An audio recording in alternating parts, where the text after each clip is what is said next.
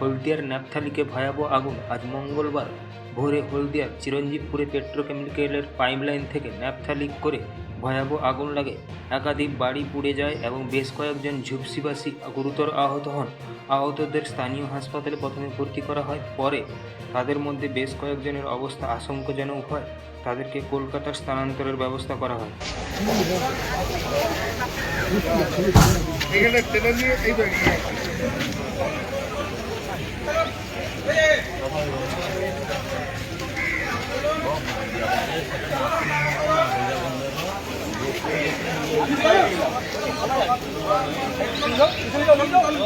अरे এই সাইডে যাও।